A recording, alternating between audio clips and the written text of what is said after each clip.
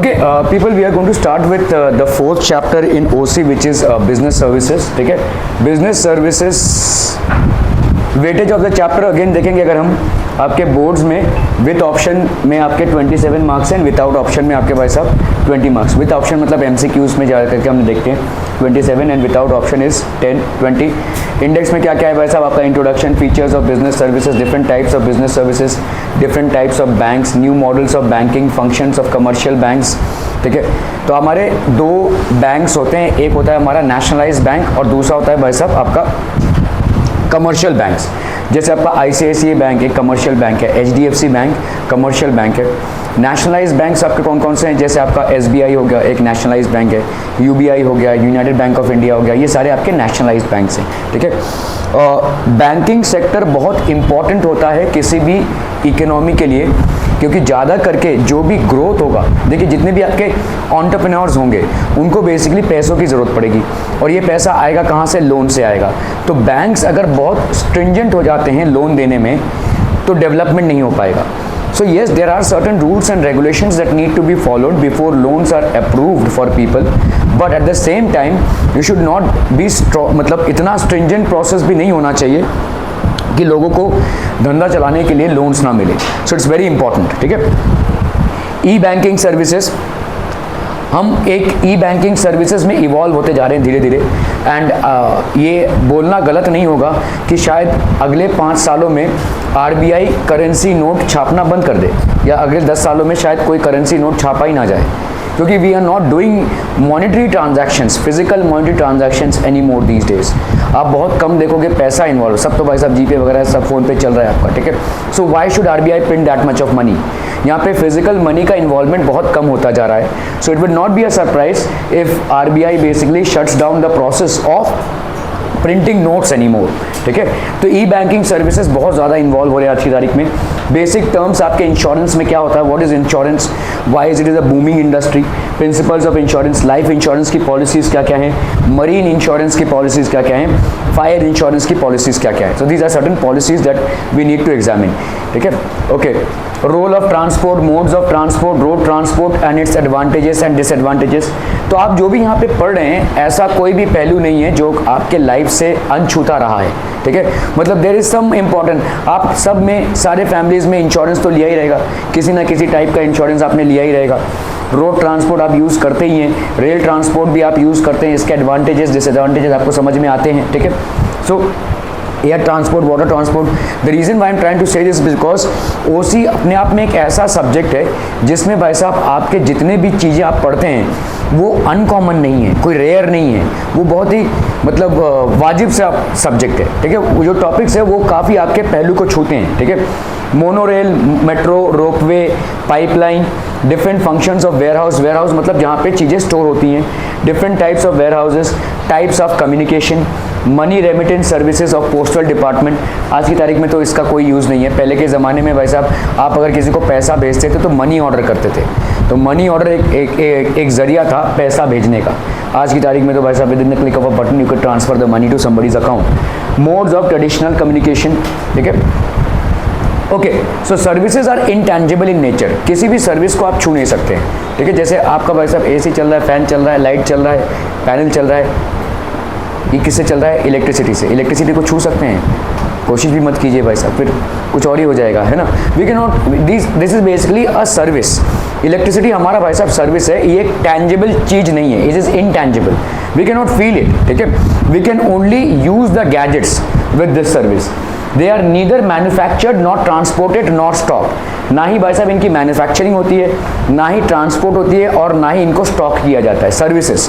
ठीक है, okay. Since services can not be stored for the future use, आप electricity को स्टोर नहीं कर सकते. इलेक्ट्रिसिटी को बचा सकते हैं, इलेक्ट्रिसिटी कंजम्पशन को बचा सकते हैं, लेकिन उसको स्टोर नहीं कर सकते हैं क्योंकि वो मूव करेगा ही, इट विल मूव. ठीक है, services can not be stored for future use, आप इसको फ्यूचर यूज के लिए स्टोर करके नहीं रख सकते.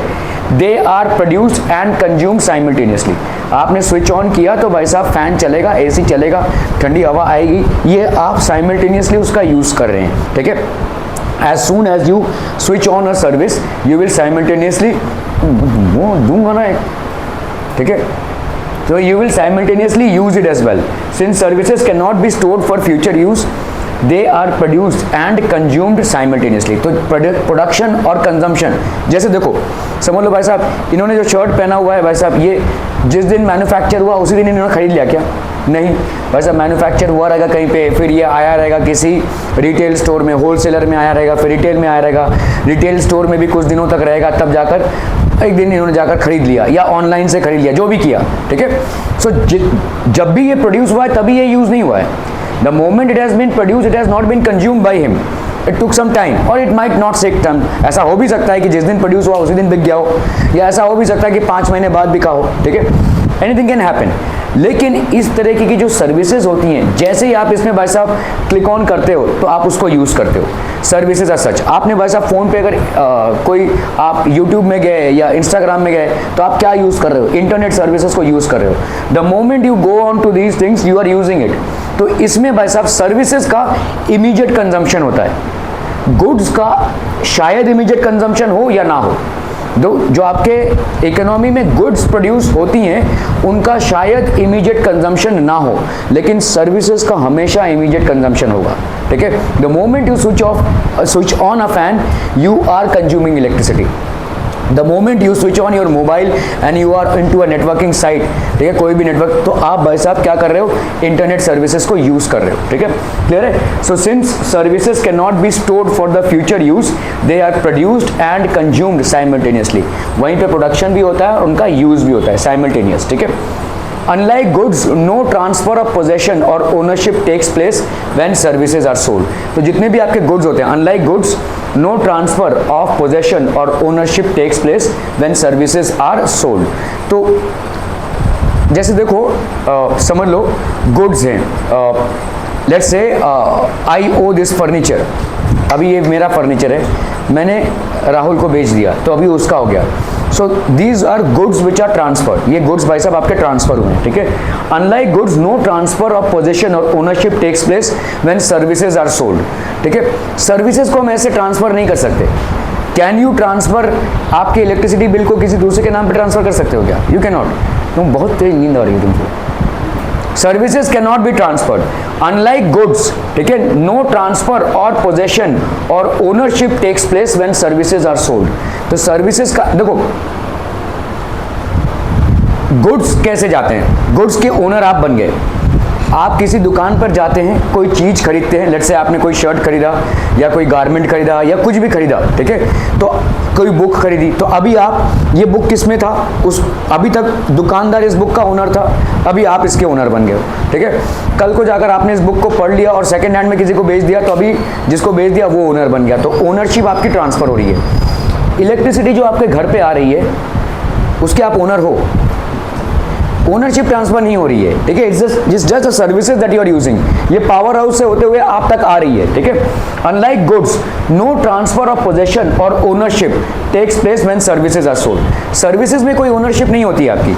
आपने कितना इंटरनेट यूज किया, आप उसके ओनर नहीं हुए, आप इंटरनेट सर्विस प्रोवाइडर के ओनर नहीं हो गए, आप कल एब्सेंट, ठीक है, ओके। तो इंटरनेट सर्विस प्रोवाइडर के आप ओनर नहीं हुए, या इलेक्ट्रिक सर्विसेज के इलेक्ट्रिसिटी के आप ओनर नहीं बन गए। You are just the end user, you are just the end user, ठीक है। आप भाई साहब उसको ओनरशिप में ट्रांसफर नहीं। कुछ जगहों पे कैसा होता है कि आप ओनरशिप को भी ट्रांसफर नहीं कर सकते। For example many middle east countries में आपका जो प्रॉपर्टी होता है उसके आप ओनर नहीं होते हो, वो आपका लीज में होता है।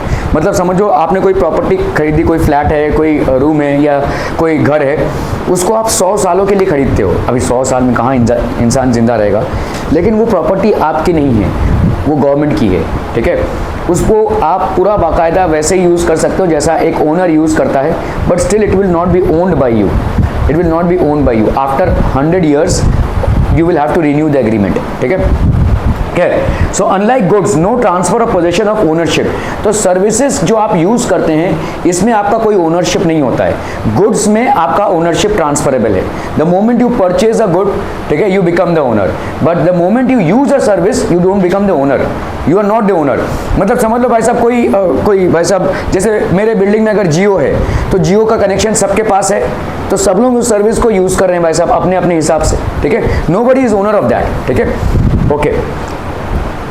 डेफिनेशंस भाई साहब आपके क्या क्या हो जाएंगे?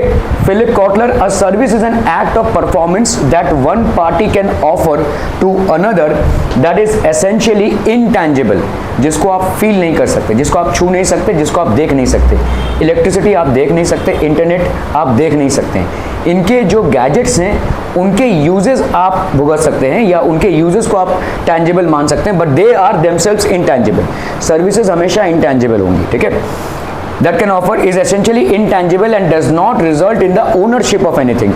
आपने अगर इंटरनेट को यूज़ किया, इलेक्ट्रिसिटी को यूज़ किया, या जैसे ट्रांसपोर्ट सर्विसेज को यूज़ किया, तो ये सारे सर्विसेज हैं, दीज आर इनटैंजिबल, ठीक है। इट्स प्रोडक्शन में और मे नॉट, तो आप भाई साहब इसके ओनर नहीं बने। जैसे समझो आपने अभी एक ओला बुक किया और कहीं गए, तो what have you used? You have used the transport services. क्या आप उस कार के मालिक बन गए? नहीं, but have you used the services? You have reached your destination और you have changed your place. आप एक जगह से दूसरे जगह पे गए उस गाड़ी को यूज करते हुए। So you have not become the owner, you are just the service user. आपने उस सर्विस को यूज किया है, ओला ने सर्विस प्रोवाइड किया और आपने उस सर्विस को यूज किया है, ठीक है, okay. And does not result in the ownership of anything. आप किसी चीज के ओनर नहीं बनते हैं। जब आप सर्विसेज को यूज करते हैं तो you are not becoming the owner. जैसे आप भाई साहब समझ लो यहाँ पे लोकल ट्रेन से आप CST गए, तो what are you using? Train services को आप यूज कर रहे हैं भाई साहब। ट्रेन सर्विसेज को अगर आप यूज कर रहे हैं तो इसका मतलब क्या हो गया? You are using the services, you are not becoming the owner of the train, ठीक है। तो यहाँ पे सर्विसेज को यूज करना और गुड्स को ओन करना दोनों अलग चीजें हैं, ठीक है। पैसा दोनों में लगता है। It's production may or may not be tied to a physical product. तो हो सकता है कोई फिजिकल प्रोडक्ट हो या हो सकता है ज़्यादा करके कोई फिजिकल प्रोडक्ट नहीं होगा, ठीक है। प्रोडक्शन मतलब जो भी सर्विसेज हैं ये किसी फिजिकल प्रोडक्ट से शायद रिलेटेड हो सकती हैं। जैसे इंटरनेट, ये आपके किसी फिजिकल प्रोडक्ट से रिलेटेड नहीं है। इलेक्ट्रिसिटी किसी फिजिकल प्रोडक्ट से रिलेटेड नहीं है, लेकिन ओला सर्विसेज या आपके ट्रेन के सर्विसेज ये फिजिकल प्रोडक्ट से रिलेटेड है। आप वैसा बैठे बिठाए घर से ही आप ट्रेन में नहीं बैठ जाएंगे, आपको जाना पड़ेगा स्टेशन तक, right, okay. American Marketing Association services are activities, benefits or satisfactions which are offered for sale or provided in connection with sale of goods, ठीक है। तो देखो कभी भी जब भी हम गुड्स को सेल करते हैं, अगर उस गुड्स को सेल करने के बाद हम सर्विसेज नहीं प्रोवाइड करेंगे, कस्टमर चटक जाएगा, ठीक है भाई साहब। कोई भी गुड्स जो होता है वो एकदम परफेक्ट नहीं होता है। सो देयर आर अपॉर्चुनिटीज़ भाई साहब, कम ज़्यादा सब में ही होगा। लेकिन अगर आप सेल होने के बाद कस्टमर को भूल जाते हैं तो कस्टमर भी आपको भूल ही जाएगा, मतलब वो किसी को आपको रेफ़र नहीं करेगा। आपका जितने भी बड़े बड़े इंडस्ट्रीज होते हैं वो एडवर्टाइजिंग से डेफिनेटली चलते हैं, मार्केटिंग से डेफिनेटली चलते हैं, लेकिन माउथ पब्लिसिटी बहुत बड़ा को फैक्टर है, ठीक है। मतलब कस्टमर सेटिस्फैक्शन तभी होगा जब after sales purchase, after sales जो सर्विस मिलती है उसमें अगर कस्टमर फुलफिल्ड है या सेटिस्फाइड है तो ये बात फैलेगी और लोग उसको और बाय आउट करेंगे, ठीक है। सो इसीलिए आपका कनेक्शन विद द और provided in connection with the sale of goods, तो आपको सर्विस प्रोवाइडर अच्छा होना पड़ेगा, only then people will buy the services, ठीक है, okay. So features of business services, the features of these services are as follows. Intangibility मतलब इसको आप छू नहीं सकते हैं, इसको आप दूसरी चीज़ों में यूज़ कर सकते हैं, इसको आप छू नहीं सकते हैं, you can not feel it, ठीक है। पेरिशेबिलिटी मतलब ये पेरिश कर जाएगी, खत्म हो जाएगी, ठीक है। इनसेपरेबिलिटी, नॉन ट्रांसफरेबिलिटी, ठीक है। Consumer participation, heterogeneous, inconsistency, so we will see, ठीक है। तो पहला फैक्टर आपका क्या है? The features of the services. पहला सर्विस क्या है भाई साहब? आपकी इनटैंजिबिलिटी। इनटैंजिबिलिटी मतलब services do not have any physical or material form. Electricity का कोई फिजिकल या मटेरियल फॉर्म नहीं है। जिस इलेक्ट्रिकल गैजेट को आप यूज़ कर रहे हैं उसका फिजिकल या मटेरियल फॉर्म होगा, लेकिन इलेक्ट्रिसिटी का कोई फिजिकल या मटेरियल फॉर्म नहीं है, ठीक है। Services do not have any physical form, they are intangible in nature, that is they can not be seen or touched. Intangible है वैसा, ठीक है, can not be seen or touched, okay. However, services can be experienced by the buyer or the receiver, that is the benefits can be felt। तो आपके services जो होते हैं वो बायर या रिसीवर से उसके फेल्ट हो सकते हैं, their businesses can be felt, ठीक है। Services can be experienced by the buyer और द रिसीवर, बायर और रिसीवर दोनों भी इसको फील कर सकता है, and their benefits can be felt as well, ठीक है। पेरिशेबिलिटी क्या होती है भाई साहब? What is perishability? The provision, production and acceptance of the service has to happen simultaneously। ठीक है। आपने अगर स्विच ऑन किया, भाई साहब अगर मैंने एसी स्विच ऑन किया, मुझे अभी नहीं चाहिए, मेरे को 1 घंटे बाद चाहिए, नहीं वो नहीं, वो चालू हो जाएगा भाई साहब, ठीक है। आपने जैसे ही किसी भी फैक्टर को जो आपका सर्विस है उसको स्विच ऑन किया तो तभी आपको यूज़ करना ही पड़ेगा उसको, तभी आपको यूज़ करना ही पड़ेगा। अभी समझ लो आप लोग हैं इसलिए मैंने एसी चालू किया है, कोई नहीं है तो मैंने एसी चालू किया, मैं बोल रहा हूँ कि भाई साहब नहीं, जब लोग आएंगे तब चालू होना, वो नहीं सुनेगा, ठीक है। It is going to operate. अगर आपने भाई साहब मोबाइल पे इंटरनेट को ऑन रखा है, कोई साइट पर आप गए हैं, आपने भाई साहब यूट्यूब खोल दिया है लेकिन आप देख नहीं रहे हैं कुछ, क्या डेटा कंजम्पशन होगा भाई साहब, ठीक है। फेसबुक में चले गए, इंस्टाग्राम में चले गए, कोई भी सोशल साइट पे आप चले गए हैं, आप उसको यूज़ नहीं कर रहे हैं, आप उसको ब्राउज नहीं कर रहे हैं, लेकिन क्या आपका डेटा कंजम्पशन होगा। तो जैसे ही आपने भाई साहब किसी भी सर्विस को ऑन किया तो भाई साहब उसका कंजम्पशन होने वाला है, it is going to get used up, ठीक है। So the provision, production and acceptance consumption of the services has to happen simultaneously, मतलब प्रोडक्शन और यूज़ ये साइमल्टेनियसली होगा। आपने कोई जूता बनाया, अभी डिपेंड करता है कस्टमर उस जूते को जब लेकर जाएगा तब वो यूज़ करेगा, है ना, कोई भी फिजिकल गुड हो गया। लेकिन सर्विसेज ऐसे नहीं है, जैसे ही प्रोडक्शन वैसे ही consumption, the moment it is produce that very moment it will be consumed as well. Clear है, समझ में आ रहा है। तो पेरिशेबिलिटी मतलब ये क्या हो जाएंगे, they will not be able to have a their life, ये पेरिश कर जाएंगे, ये खत्म हो जाएंगे, जैसे ही ये प्रोड्यूस होंगे वैसे ही ये यूज़ होंगे। समझ में आ रहा है, ये पेरिशेबिलिटी है इनकी, ठीक है। So they are perishable. Since services are intangible, they cannot be stored for future use. किसी भी चीज़ को जो सर्विस है उसको आप स्टोर नहीं कर सकते हैं। फॉर एग्जाम्पल इलेक्ट्रिसिटी को आप स्टोर नहीं कर सकते, उसको बचा सकते हैं, उसका कंजम्पशन आप बचा सकते हैं, लेकिन उसको आप स्टोर करके नहीं रख सकते हैं, ठीक है। You can not store it for future use. जैसे आप ऐसा नहीं बोल सकते कि अच्छा ट्यूसडे को लाइट जाती है तो अभी मैं ना इलेक्ट्रिसिटी को स्टोर करके रखता हूँ, फिर ट्यूसडे को जब लाइट नहीं रहेगी तो ये आप कर सकते हैं क्या, you can not do it. Inverter जो होता है वो बैटरी बैकअप है बेसिकली, ठीक है, वो चार्ज हो रहा है, वो आपको थोड़ा बहुत टाइम देगा, वो बैकअप देगा, but then you will not be able to store electricity, ठीक है। Okay, inseparability, it is not possible to separate the service and the service provider. Service और सर्विस प्रोवाइडर को आप सेपरेट नहीं कर सकते, ठीक है। It is not inseparability. In other words, service provider is always present when the services are being delivered to consumers, ठीक है। तो सर्विस प्रोवाइडर रहेगा ही रहेगा। अगर भाई साहब जियो का सर्विस यूज़ कर रहा हूँ तो भाई साहब जियो का इंटरनेट यूज़ कर रहा हूँ, तो जियो हो गया मेरा सर्विस प्रोवाइडर और वही इंटरनेट सर्विस मुझे दे रहा है, ठीक है। सो सर्विस प्रोवाइडर और जो सर्विसेज हैं वो हमेशा एक ही रहेंगे, they will be present when the services are being delivered to customers, ठीक है। अगर भाई साहब आपका इंटरनेट कनेक्शन नहीं है तो आप फट से किसको फ़ोन लगाओगे, जियो के कस्टमर सर्विस को, ठीक है। अगर आपके भाई साहब, तो सर्विस और सर्विस प्रोवाइडर हमेशा एक साथ, घर में अगर आपका समझ लो इलेक्ट्रिसिटी चला गया तो आप इलेक्ट्रिसिटी डिपार्टमेंट में फ़ोन लगाओगे, तो ये सर्विस और सर्विस प्रोवाइडर हमेशा एक साथ ही रहेंगे, they are inseparable to each other, they are inseparable to each other. The production and consumption of services take place at the same time. तो ये हमेशा रहेगी भाई साहब, प्रोडक्शन और कंजम्पशन साइमल्टेनियस होगा, ठीक है। गुड्स में हो सकता है प्रोडक्शन कभी का हुआ हो और उसका जो मतलब कंजम्पशन है वो बहुत बाद में हुआ हो। समझ लो एक साल भर पहले एक जूता मैन्युफैक्चर हुआ है जिसको शायद साल भर बाद किसी ने खरीदा, चाहे ऑनलाइन से हो चाहे स्टोर में जाकर हो, लेकिन साल भर तक किसी ने उसको कंज्यूम नहीं किया है, ठीक है। So it was consumed a year later. Unlike goods, services are non transferable in nature. इन सर्विसेज को हम ट्रांसफर नहीं कर सकते हैं। क्या आप अपना जियो कनेक्शन इनके नाम कर सकते हैं? नहीं कर सकते आप। या आपका जो भी मोबाइल कनेक्शन है वो आपके नाम पे बिल आएगा, will you be able to transfer it to him? You will not be able to. उसको अपना अप्लाई करना पड़ेगा, इसको अपना अप्लाई करना पड़ेगा। तो दीज आर नॉन ट्रांसफरेबल, ठीक है, these are non transferable. So unlike goods, services are non transferable in nature, और इसीलिए सर्विस आपके लिए एक आइडेंटिटी प्रूफ हो जाता है, ठीक है। जिस सर्विस को आप यूज करते हो वो आपके लिए आइडेंटिटी प्रूफ हो जाता है क्योंकि वो नॉन ट्रांसफरेबल है। जैसे मैं ये नहीं बोल सकता कि ये बेंच मेरे लिए आइडेंटिटी है, समझ में आ रहा है? ये बेंच आज यहाँ पे है तो मेरा है, मैंने अगर उसको बेच दिया तो उसका हो गया वैसा। लेकिन मेरे घर में जो इलेक्ट्रिसिटी बिल आ रही है वो मेरे नाम पे है, मैं उसको इसमें ट्रांसफ़र नहीं कर सकता। तो क्या मैं अगर जाकर किसी दुकान में, समझ लो मुझे मोबाइल कनेक्शन लेना है और वो बोल रहा है आपको आधार कार्ड जमा करना है, इलेक्ट्रिसिटी बिल जमा करना है, वो ये नहीं बोल रहा है कि आप इस बेंच का रिसीट जमा करो, बिकॉज ये भाई साहब एक गुड्स है, ठीक है। सर्विस आपका नॉन ट्रांसफरेबल होता है, इसीलिए बहुत जगहों पे वो आपका आईडी प्रूफ हो जाता है। सो आपका जैसे इलेक्ट्रिसिटी बिल आपके लिए एक आईडी प्रूफ है, है ना, you are submitting it to take maybe a mobile connection because it is non transferable. ये किसी दूसरे के नाम आप नहीं कर सकते। आपके घर का जो बिजली का मीटर यूनिट है वो किसी दूसरे के नाम आप नहीं कर सकते, it will stay in your name, ठीक है। So these are non-transferable in nature. The ownership of the service does not get transferred from service provider to the customer.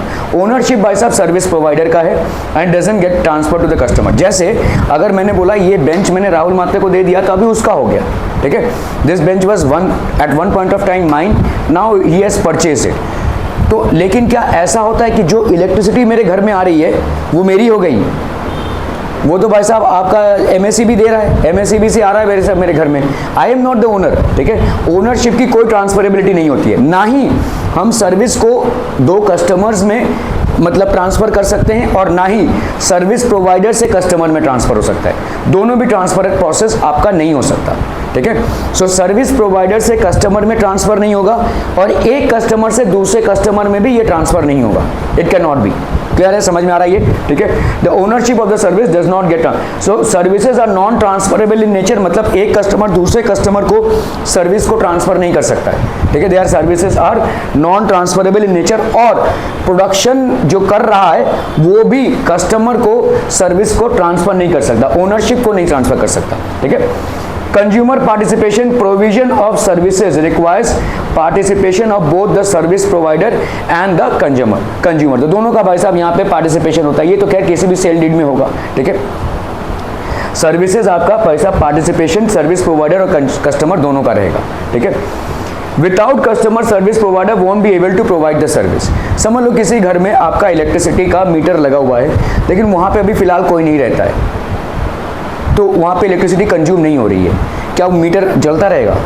नहीं, इट विल नॉट, राइट। अगर कोई consume नहीं, metre घूमता रहता है ना भाई साहब, मीटर घूमता रहता है तो बिल बढ़ता रहता है। So in spite of having the electricity connection still MSEB is not supplying any service because nobody is consuming that service।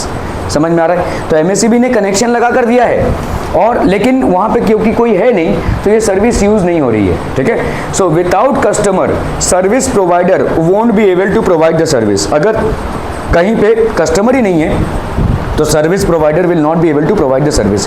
अगर उस फ्लैट में कोई रहता ही नहीं है तो despite the fact that there is an electrical connection still there will be no electrical consumption, ठीक है। MSEB ने कनेक्शन लगा कर दिया है लेकिन कोई इलेक्ट्रिकल कंजम्पशन वहाँ पे नहीं हो रहा है, ठीक है।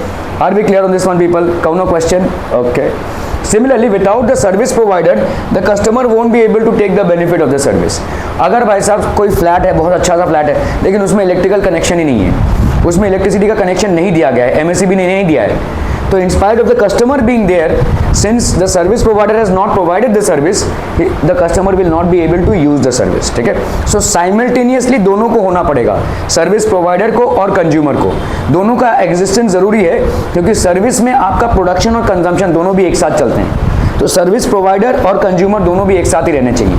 क्या ये क्लियर है भाई साहब? ओके। हेट्रोजीनियस मतलब inconsistency. Services are heterogeneous in nature, that is there is no perfect standardisation of services. कोई भी परफेक्ट स्टैंडर्डाइजेशन नहीं है। अभी जैसे समझो क्या ऐसा है कि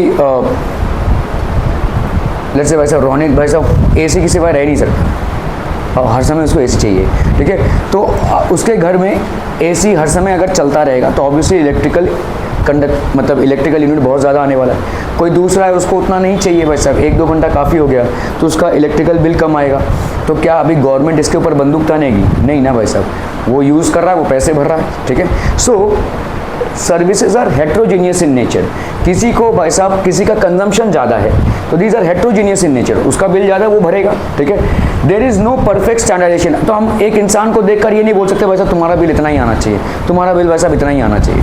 हाँ, हम ये ज़रूर बोल सकते हैं कि इलेक्ट्रिसिटी को बचाइए जितना आप बचा सकते हैं, but we can not hold guns against them, right. So that is there, मतलब इनका हेट्रोजीनियस नेचर होता है। तो हो सकता है भाई साहब इनके घर में 5000 यूनिट्स हो सकता है, इसके घर में 10,000 का बिल आ रहा हो और उसके घर में 2,000 का बिल आ रहा हो, लेकिन ये अलग अलग डिपेंड करता है कौन कितना यूज़ कर रहा है, ठीक है, कौन कितना यूज़ कर रहा है। तो it is heterogeneous in nature.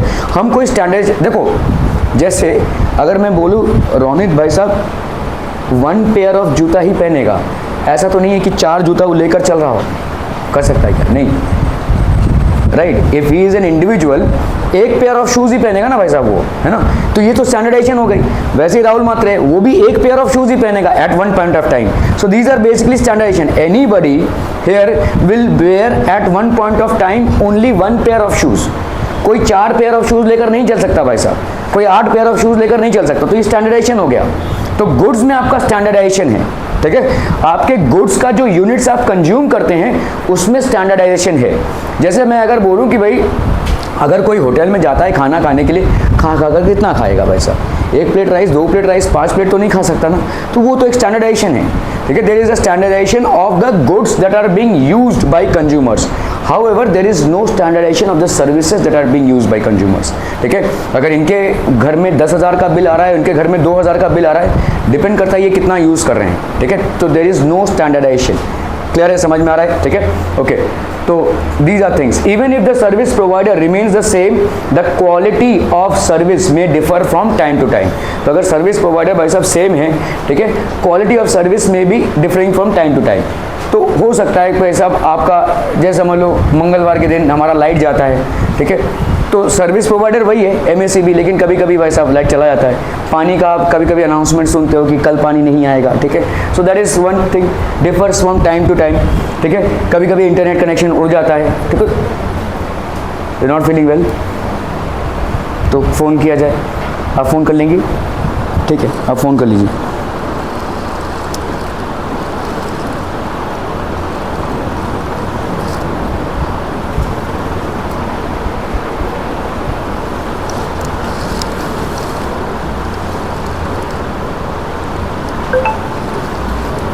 बाहर जाना है आपको, वांट टू कॉल, नहीं बैठोगे यहाँ पे, ठीक है।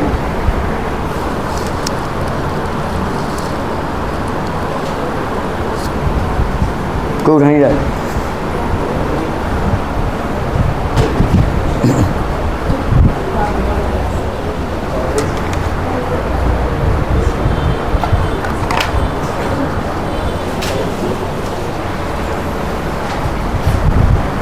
हाँ, फोन किया आपने, आ रहा है कोई, okay okay. Even if the service provider remains the same, the quality of service में differ from time to time. तो अगर आपका सर्विस प्रोवाइडर सेम भी है तो क्वालिटी ऑफ सर्विस भाई साहब टाइम टू टाइम डिफर होता है। कभी भाई साहब आपका इंटरनेट कनेक्शन चला गया, इलेक्ट्रिसिटी कनेक्शन चला गया, या भाई साहब लो वोल्टेज आ रहा है, या इंटरनेट कनेक्शन का सप्लाई उतना अच्छा नहीं है, ये सारे आपके होते रहते हैं। टेक्निकल चेंज मतलब हर समय एक ही टाइप का नहीं मिलेगा आपको, ठीक है। Okay, different types of business services. There are various types of services depending upon their nature and purposes. ठीक है, तो आपका भाई साहब some of the important services are as follows, जिनके बिना हमारा जीवन नहीं चल सकता है। बैंकिंग एक सर्विस है, इंश्योरेंस एक सर्विस है, ट्रांसपोर्ट एक सर्विस है, वेयर हाउसिंग एक सर्विस है, कम्युनिकेशन एक सर्विस है, ठीक है। So will understand each of these. Banking भाई साहब क्या है? Banking refers to accepting money deposits from public for the purpose of lending और इन्वेस्टमेंट। आप बैंक में जाकर पैसा जमा करते हैं ताकि आपको कुछ महीनों बाद या कुछ सालों बाद उस पैसे पे मिले इंटरेस्ट। तो ये मैजिकली आपका पैसा बढ़ कैसे गया? क्योंकि उसी दौरान आपके पैसे को बैंक ने घुमाया और किसी को लोन में दिया। तो जो लोन लेने वाला बंदा है उसने क्या किया? अपने लोन के साथ इंटरेस्ट पे किया। तो ये सर्कुलेशन चल रहा है, ठीक है। So bank refers to accepting money deposits from people in return for an interest for the purpose of lending और इन्वेस्टमेंट। तो लेंडिंग और इन्वेस्टमेंट के लिए, ठीक है। The deposits are repayable on demand. तो जितने भी डिपॉजिट्स हैं आपके, the deposits are repayable on demand. तो अगर आप भाई साहब डिपॉजिट कर रहे हैं तो समझ लो 1 साल के लिए आपने किया है, तो 1 साल के लिए अगर आपने कोई फिक्स डिपॉजिट किया है तो बड़ा ऑब्वियस है 1 साल के बाद आप उस पैसे को रिक्लेम कर लेंगे, ठीक है। रीपेबल ऑन डिमांड और अदरवाइज, मतलब आपने 1 साल का फिक्स डिपॉजिट किया है तो ये सब टर्म्स एंड कंडीशंस होते हैं। अगर आप 1 साल के पहले उठा रहे हैं तो हो सकता है आपको कुछ लॉस में उठाना पड़े, ठीक है। एंड विड्रॉबल बाई चेक, और इसको आप विड्रॉ भी कर सकते हैं by cheque, draft and order और अदरवाइज, ठीक है। इन सब चीज़ों को भाई साहब लागू करते हुए आप कर सकते हैं, ठीक है। ये बैंकिंग हो गई आपकी। इंश्योरेंस भाई साहब क्या होता है? Why is insurance called a service? Insurance में क्या करते हैं आप? अपने गाड़ी का, घर का या खुद का इंश्योरेंस करवाते हैं। तो इंश्योरेंस कवर क्या करता है? What does it cover? Losses. What kind of losses? जैसे देखो अगर कोई गुड्स है, अगर समझ लो भाई साहब, अगर लेट्स से मैंने ये मेरा एक पैनल है, इसका 3 लाख रुपए का कोई पैनल है, तो अगर भाई साहब इसका कल कुछ हो जाता है तो मुझे कुछ कॉम्पनसेशन मिल जाए। अगर मेरी कोई गाड़ी है, अगर कुछ हो जाता है उस गाड़ी को तो मुझे कुछ कॉम्पनसेशन मिल जाए। तो ये सारे एक्सपेंसिव प्रोडक्ट्स जो हैं, इनका अगर लॉस होता है तो मुझे इंश्योरेंस कंपनी उस लॉस को कवर करके देती है। It basically covers the loss for me, ठीक है। इसी तरह से लाइफ इंश्योरेंस भी होता है। देखिए, हर इंसान जो है उसका एक इनकम जनरेटिंग कैपेसिटी होती है, ठीक है। तो जब वो इंसान के लाइफ का लॉस हो जाए या ही meets with a major accident और whatever happens, then what will the insurance company do, it will cover up for the loss in income, ठीक है। देखिए, अगर कोई इंसान मर जाता है तो ऑब्वियसली फैमिली को उसके लॉस का कोई कवर नहीं हो पाएगा, है ना। That life is gone. तो जो भी लव या अफेक्शन उसके रिलेटिव्स के साथ, उसके फैमिली वालों के साथ उसका था, वो तो कोई कवर अप नहीं कर पाएगा। Insurance company can only cover up the financial loss, क्योंकि हर इंसान से कोई इनकम कैपेसिटी होती है, इनकम जनरेशन होता रहेगा, वो इनकम बंद हो जाएगा अभी, ठीक है। तो उस फाइनेंशियल लॉस को इंश्योरेंस कंपनी कवर कर सकती है। अदरवाइज जो आपका पर्सनल लॉस है वो कोई नहीं कवर कर सकता, that can not be covered, ठीक है। Okay, so insurance basically covers the contract between the insurer and the insured, whereby the insurer agrees to compensate the insured against the loss on account of unforeseen future event। तो भाई साहब, कोई आपका future में कोई घटना घट गई, कोई एक्सीडेंट हो गया, सम miss happening happened, right.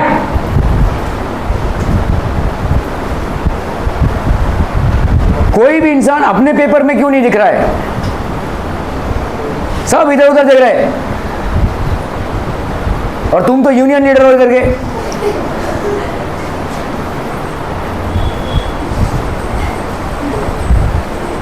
Insurance is a contract between the insurer and the insured, ठीक है। तो इंश्योरेंस एक कॉन्ट्रैक्ट है किसके बीच में? जो इंश्योर कर रहा है, इंश्योरर, और जिसका जो इंश्योरेंस ले रहा है, ठीक है। ताकि जब भी कोई लॉस हो जाए, जिस भी चीज को आप इंश्योर कर रहे हैं, अगर उसमें लॉस हो रहा है किसी भी अनफोर्सीन फ्यूचर इवेंट को लेकर, तो वैसा उसको आपको कॉम्पनसेशन, मॉनेटरी कॉम्पनसेशन मिल जाए, ठीक है। सो insurance can only cover for the monetary loss, it can not cover for the personal loss, ठीक है। आपको कोई गाड़ी बहुत अच्छी लगती थी, वो गाड़ी भाई साहब कबाड़ा हो गई, कुछ एक्सीडेंट हो गया उसका, ठीक है। तो अभी आपके साथ उस गाड़ी का जो इमोशनल अटैचमेंट है वो कोई इंश्योरेंस कंपनी पूरा नहीं कर सकता, हाँ, लेकिन उससे जो आपका फाइनेंशियल लॉस है उसको पूरा कर सकता है, ठीक है। So it will only cover. Transport क्या होता है भाई साहब? It is also a service. Transport refers to the movement of people, animals and goods from one location to another. एक लोकेशन से दूसरे लोकेशन में ये जो सारी चीजें मूव होती हैं। वेयर हाउसिंग क्या होती है भाई साहब? Warehousing is basically what? A group of activities connected with storing and preserving of goods from time of production till the time of consumption। कोई भी गुड्स जो प्रोड्यूस होती है वो ताबड़तोड़, गुड्स, सर्विसेज ताबड़तोड़ यूज हो जाते हैं। सर्विसेज का प्रोडक्शन और कंजम्पशन दोनों भी पैरेलल चलता है, लेकिन गुड्स का प्रोडक्शन और कंजम्पशन पैरेलल नहीं चलता है। So goods have to be stored for some time before the market is ready for them, और before there is actually a demand in the market for them. So ये जो storing of goods होती है, this happens in special warehouses, जहाँ पे conditions को वैसे बनाया जाता है। तो it is a group of activities connected with storing and preserving of goods from the time of production till the time of consumption. Goods के produce होने से लेकर till the time of consumption they are basically stored and preserve. Communication क्या होता है भाई साहब?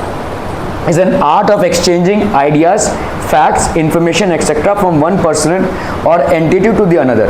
तो आपका इसमें आज की तारीख में कम्युनिकेशन में बहुत सारा इंप्रूवमेंट हो गया है। एक टाइम था भाई साहब, मैं आपको बता रहा हूँ कि देयर वाज अ टाइम कि अगर समझ लो मैं यहाँ से जा रहा हूँ पूना, ठीक है, और पूना से वापस आ रहा हूँ लेट्स से बाय ट्रेन, तो मैं काउंटर पे जाऊँगा और अभी टिकट के लिए मैं फॉर्म भरूँगा, और उधर से रिटर्न टिकट के लिए मुझे टेलीग्राम करना पड़ता था, ठीक है, मतलब रिटर्न टिकट के लिए वेट करना पड़ेगा हमें। तो उधर से मेरा लेटर जाएगा, फिर वो लोग देखेंगे कि कुछ सीट्स अवेलेबल है कि नहीं, इसमें 7-8 दिन टाइम लगेगा, फिर मेरे को वापस टिकट इशू होगा। That was the procedure. और मतलब पता ही नहीं चलता था कि भाई साहब वापस आने का कोई संसाधन हमको जुटेगा या नहीं। ठीक है। So that was how it was. आज की तारीख में आप कहीं भी जाओ, रिटर्न टिकट फटाफट हो जा रहा है, ठीक है। So these things are there. तो आज की तारीख में कम्युनिकेशन बहुत ज़्यादा इंप्रूव हो गया है, ठीक है, with regards to transport. Communication is an art of exchanging ideas, facts, information etcetera from one person और एंटिटी टू द अदर, ठीक है। Different types of banks. तो आपके बैंक्स कितने टाइप्स के हैं, क्योंकि बैंकिंग सेक्टर जो है हमारे लिए बहुत इंपॉर्टेंट सेक्टर है किसी भी इकोनॉमी के लिए, ठीक है। किसी भी कंट्री का अगर बैंकिंग सिस्टम मजबूत होता है, that country can sustain development for a very long time, क्योंकि बैंकिंग से ही पूरे कंट्री में पैसा फ्लोट होता है, वहाँ से ही मेन पैसा आता है, सारे इंडस्ट्रीज़ को और सारे एंटरप्रेन्योर्स को वहीं से पैसा मिलता है, ठीक है। So it has to be a very strong structure. हमारे कंट्री में before Indira Gandhi was the prime minister, Indira Gandhi ने आकर बेसिकली बैंक्स को नेशनलाइज करना चालू किया, क्योंकि उन्होंने देखा कि उस टाइम पे क्या हो रहे थे, 5 ईयर प्लान्स हो रहे थे, तो 5-5 साल के प्लान्स हो रहे थे, और तो ये 5-5 साल के प्लान्स बन रहे थे, और इन 5 सालों के प्लान्स में, ठीक है, चीज़ों को टारगेट किया जाता है। जैसे कोई इंडस्ट्री को टारगेट किया जा रहा है, या मतलब इसका डेवलपमेंट हम करेंगे, तो डेवलपमेंट करने के लिए पैसों की जरूरत पड़ेगी, और पैसों का सप्लाई कौन करेगा, बेसिकली बैंक। सबका हो गया है, एवरीबॉडी इज डन। हाँ बोल रहा है, ना बोल रहा है, नहीं हुआ है।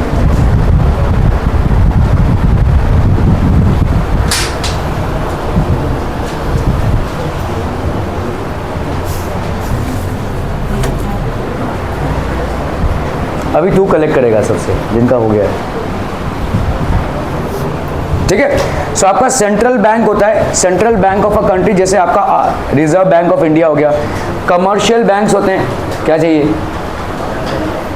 सप्लीमेंट दिया है ना।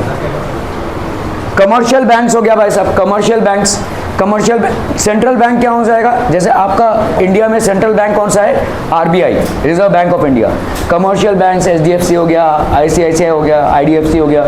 कोऑपरेटिव बैंक्स होते हैं आपके, ठीक है। इंडस्ट्रियल डेवलपमेंट बैंक्स, जैसे आपका industrial development bank of India, collect करना है ना वो, industrial development bank of India. Regional rural banks, इनका प्राइमरी ऑब्जेक्टिव है टू प्रमोट एग्रीकल्चर, ठीक है। इन्वेस्टमेंट बैंक्स होते हैं, जहाँ पे इन्वेस्टर्स अपना पैसा इन्वेस्ट करते हैं। सेविंग्स बैंक होते हैं, बेसिकली सारे बैंक ही सेविंग्स बैंक होते हैं, यहाँ पे सेविंग्स को रखा जाता है। एक्सचेंज बैंक्स, और कुछ आपके होते हैं specialised bank. So these are the different types of banks that we have, ठीक है। सेंट्रल बैंक आपका कौन सा होता है, बिना चिल्लम चिल्ली किए पेपर कलेक्शन किया जा सकता है।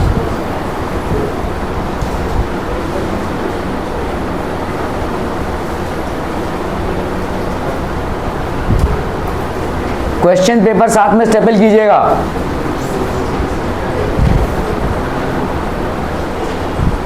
हाँ जी, हाँ मैं हेल्प यू, हो गया, दे दीजिए। इतना सोच क्या रही है, उसका नाम बुलाइए और दे दीजिए उसको। Okay, the central bank is apex financial institution of banking industry in the country. So this is what central bank, मतलब आपका यहाँ पे हो गया RBI, reserve bank of India is the central bank of India, ठीक है। Clear है, वाह वाह वाह वाह वाह वाह जाने दीजिए, हो गया सबका। मैंने जाने बोला है क्या, पेपर जमा करने बोला है, कहाँ चली तुम। ओके, तो ये हो गया आपका central bank. Every country has its own central bank, हर एक कंट्री में अपना ही एक सेंट्रल बैंक होता है, ठीक है। Reserve bank of India is the central bank in India. तो हमारे इंडिया में reserve bank of India is the central bank of India. Some functions of RBI, framing monetary policy. तो मॉनेटरी पॉलिसी मतलब money के transactions के जितने भी policies होते हैं वो भाई साहब आरबीआई फ्रेम करता है, ठीक है। कितने पैसे, अगर आप, तो आपके जैसे बैंक में आप कुछ पैसे जमा कर रहे हैं, एक पर्टिकुलर लिमिट रहेगी, उसके बियॉन्ड अगर आप जमा कर रहे हैं तो उस पर आपको टैक्स लगेगा, उसका डिक्लेरेशन आपको देना पड़ेगा, ठीक है। सो बड़े बड़े ट्रांजैक्शंस का डिक्लेरेशन आपको देना पड़ेगा, ठीक है। So framing monetary policy, issuing currency notes, तो आपका ये आरबीआई का फंक्शन है, रिजर्व बैंक ऑफ इंडिया का, करेंसी नोट्स को प्रिंट करना। Acting as a banker to the government, government के लिए ये बैंकर है, ठीक है। It is basically the banker to the government, ठीक है। Acting as bankers bank to commercial and other banks in India, ठीक है। पूजा,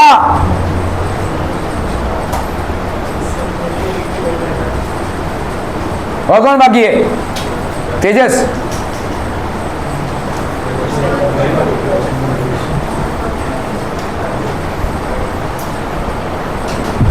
ये पेपर लिख रहा है, वो कॉपी किसकी है? और नीचे जो कॉपी है वो किसकी है? अरे तेरे पेपर के नीचे जो कॉपी है वो किसकी है? नहीं तेरा ही है, लेकिन है किसकी? केमिस्ट्री चीटिंग चालू है उधर से।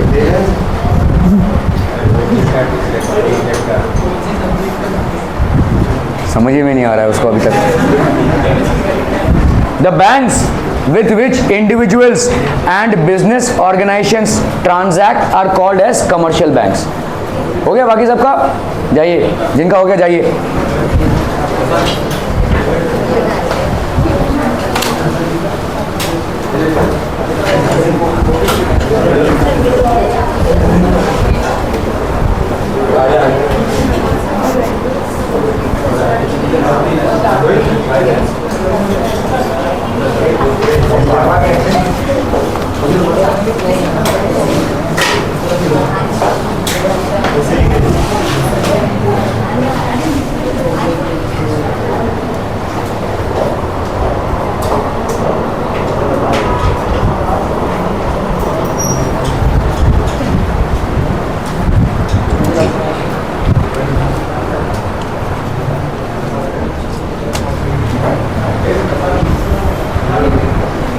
मोहन इसको बंद कर देना, दरवाजे को बंद कर देना। So the banks with which individuals and business organizations transact।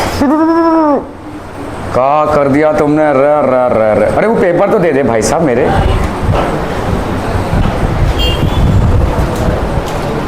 Thank you.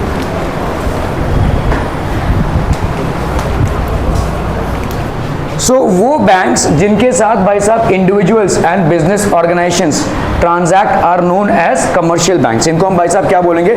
Commercial banks. इनके साथ बिजनेस एंड जो आपके ऑर्गेनाइजेशंस होते हैं और individuals they will transact with them, ठीक है। These banks perform various primary functions, that is accepting deposits, lending money, ये तो primary function हो गया, as well as secondary functions, that is agency functions and utility functions। agency functions भी होते हैं और कुछ utility functions भी होते हैं। मनी का ट्रांजैक्शन इनका प्राइमरी फंक्शन है, मनी को एक्सेप्ट करना as deposit and to lend money as loan, ये इनका प्राइमरी फंक्शन है किसी भी बैंक का, ठीक है। लेकिन इनके कुछ सेकेंडरी फंक्शंस भी होते हैं जिनको हम क्या बोलते हैं? Agency functions and utility functions. तो इनके कुछ agency functions and utility functions भी होते हैं, ठीक है। There are some agency functions as well as utility functions. In India commercial banks are divided into 3 groups.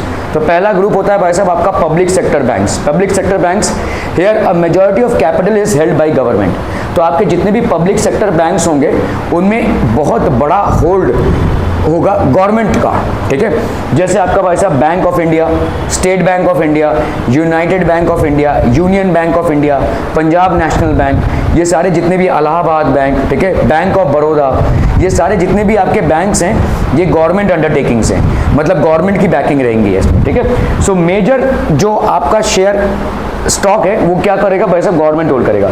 ज़्यादा करके इसमें कैपिटल का इन्वॉल्वमेंट किसका रहेगा भाई साहब? गवर्नमेंट का, ठीक है। Bank of India, state bank of. Private sector banks में जैसे these banks are owned by a group of individuals. Axis bank हो गया, HDFC बैंक हो गया, ICICI बैंक हो गया, ठीक है। These are private sector banks. Foreign banks, ठीक है, these banks are established outside India but have branches in India, ठीक है। कभी आप VT के आगे गए हैं बस? अब VT के आगे मतलब कभी ये अपना नहीं CSTM, हाँ मतलब CSTM और आपके क्या कहते हैं चर्च गेट के बीच के रास्ते में कभी गए? नरीमन पॉइंट के उधर गए? तो नरीमन पॉइंट के अगर आप उधर जाएंगे ना, so you will see a lot of ऐसे बैंक्स जो आपने कभी सुने नहीं है, देखे नहीं है। वो बैंक्स भाई साहब फॉरेन के बैंक्स हैं, वो यहाँ पे हैं, ठीक है। These are basically branches of these foreign banks which are here. और ये बेसिकली आपका जैसे आप कोई गुड्स बहुत बड़े एक्सपोर्टर हैं तो उस बैंक से आपको डील करना पड़ेगा। उस कंट्री में आप बेसिकली गुड्स को भेज रहे हैं तो वो लोग आपको पैसा दे रहे हैं। सो ये सारे बैंक्स हैं वहाँ पे, बहुत सारे ऐसे बैंक दिखेंगे आपको, ठीक है। Citibank, HSBC, Standard Chartered, these are basically foreign banks. और ये फॉरेन बैंक्स कहीं और हैं लेकिन इनके ब्रांचेस इंडिया में हैं। तो सिटी बैंक जैसे अमेरिकन बैंक है, ठीक है, HSBC आपका हांगकांग शंघाई, ये चाइना का बैंक है, स्टैंडर्ड चार्टर्ड, ये सारे आपके इंडियन बैंक्स नहीं हैं, ये आउटसाइड इंडिया के बैंक्स हैं, but they have their branches in India and they also do banking transactions in the same way as other banks do, ठीक है। तो ये आपके 3 टाइप के बैंक्स हो गए, क्या क्या आपके भाई साहब, public sector banks, private banks and foreign banks. Cooperative banks क्या होते हैं भाई साहब, provide credit mainly to economically backward people, farmers and small scale units. तो ये स्मॉल फाइनेंसिंग में होते हैं बैंक, जो आपके भाई साहब इकोनॉमिकली बैकवर्ड पीपल हैं, फार्मर्स हो गए या स्मॉल स्केल यूनिट्स को ये पैसा देते हैं। Hence they are popular in semi urban and rural areas. तो ज़्यादा करके सेमी अर्बन मतलब पूरा एक शहर नहीं है, छोटा सा शहर है या रूरल एरिया है, यहाँ पे ये पैसा प्रोवाइड करते हैं। In India cooperative banks are registered under Indian cooperative societies acts and regulated under banking regulation act. तो इसके अंडर में ये रेगुलेटेड है, ठीक है। Okay, thank you so much for your valuable time people.